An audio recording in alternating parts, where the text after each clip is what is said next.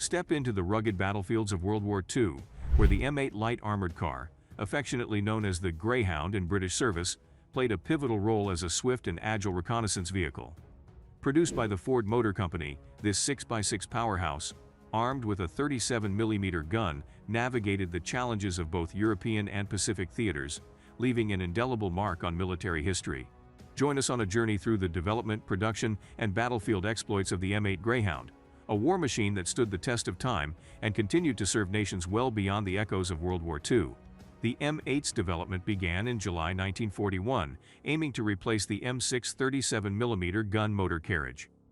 Prototypes were submitted by Studebaker, Ford, and Chrysler, and the Ford design, designated T-22, was selected in April 1942, despite some deficiencies. The 37mm gun, originally intended for tank combat, was deemed ineffective against German tanks, leading to the M8 being repurposed for reconnaissance. Serial production began in March 1943, with a total of 8,523 M8 and 3,791 M20 armored cars produced by June 1945. The M8 was a 6x6 wheeled vehicle, armed with a 37mm M6 gun and a coaxial .30 caliber Browning machine gun in a turret. It had thin armor, providing protection against small arms fire and shrapnel, but was vulnerable to anti-tank mines. The vehicle's mobility was excellent on roads, but limited in off-road and challenging terrain. Its top speed of 55 miles per hour on-road and a Hercules Model JXD engine contributed to its agility and reconnaissance capabilities. Serial production began in March 1943 with a total of 8,523 M8 and 3,791 M20 armored cars produced by June 1945. Imagine churning out 8,523 M8s and 3,791 M20s. That's enough armored horsepower to fill a battlefield. The crew of 4 included a commander, gunner, driver, and radio operator.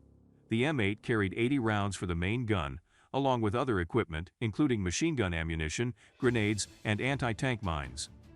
It was equipped with long and short-range radio sets for communication.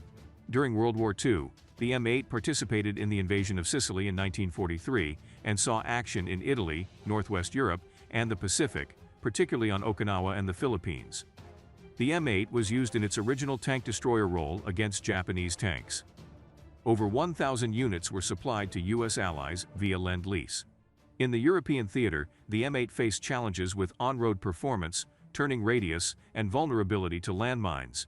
It gained reputation for unreliability due to mobility issues, and an add-on armor kit was developed to face the landmine vulnerability.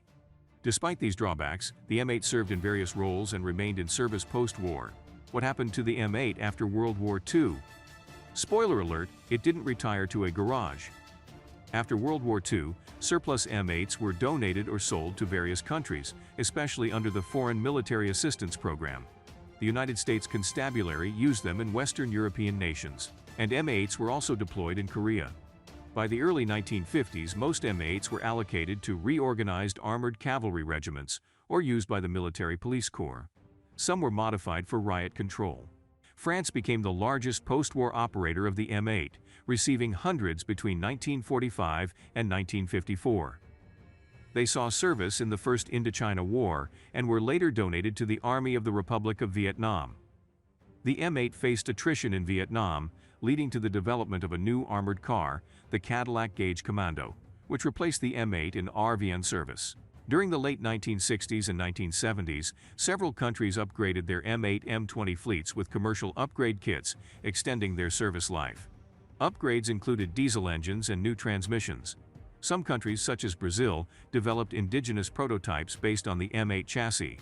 The M8 Greyhound left a lasting legacy as a versatile reconnaissance vehicle, despite its limitations. It played a crucial role during World War II and continued to serve various nations in the post-war era.